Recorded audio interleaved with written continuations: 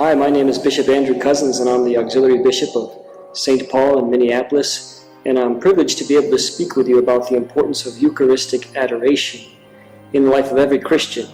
And I just want to start by saying how important adoration has been to my own life.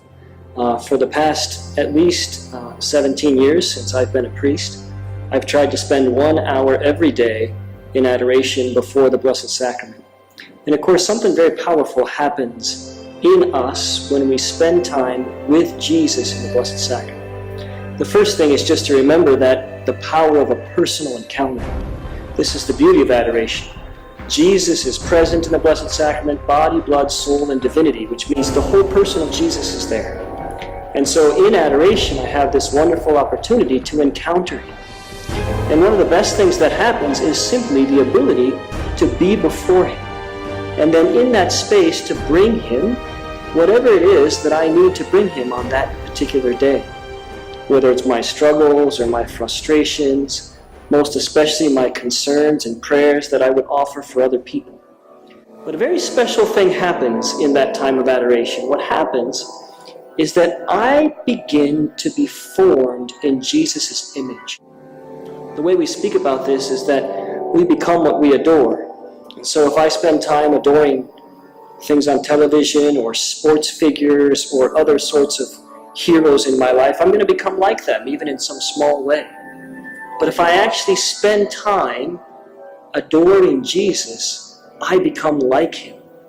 Gradually, He begins to form my heart and my mind to His heart and mind. One of the most important things that happens in that silence of adoration is I begin to listen to His voice. And I begin to be able to discern the voice of Jesus from all the other voices that go on in my heart. And as I begin to listen to His voice, the voice of Him speaking through the power of the Holy Spirit, then He can begin to lead and direct my life. And all that happens in this silent encounter with the person of Jesus. You see, it's very important to remember that our faith, our Catholic faith, is not fundamentally a set of moral practices. It's not fundamentally a set of ideas. It's fundamentally meant to be an encounter with a person. And of course, the place that encounter happens most profoundly in our life is when we come to the holy sacrifice of the Mass. There, I get to convert all my prayers in union with the prayers of the heart of Jesus offered to the Father, and then I receive Jesus' life into me. But you see, in order to fully comprehend what happens at Mass, I need other times in my life where I'm there in the presence of Jesus, adoring Jesus, in order to allow myself to comprehend the depth of His love for me. Of course, in that time before the Blessed Sacrament, all kinds of great things can happen in prayer. I know, for example, many young people who were able to discern their vocation because they spent time with Jesus before the Blessed Sacrament. And they began in adoration to learn to listen to His voice and to love Him more than all other things. And only in that place, where I actually desire to love Jesus first, can I discern whether I'm called to married life or religious life or priesthood. I've known, for example, many married couples who began to experience healing and conversion in their time in adoration before the Blessed Sacrament. Because, of course, there before Jesus, as they began to pour out their struggles to Jesus in the Blessed Sacrament, they received from Him a different way to see their spouse. They received from Him the ability to forgive, the ability to try again.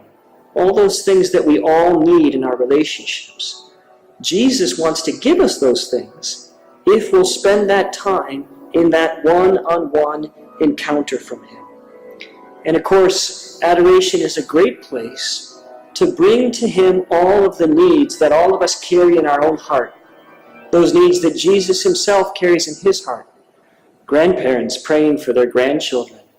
Parents praying for their children or for their spouses. People praying for their priests.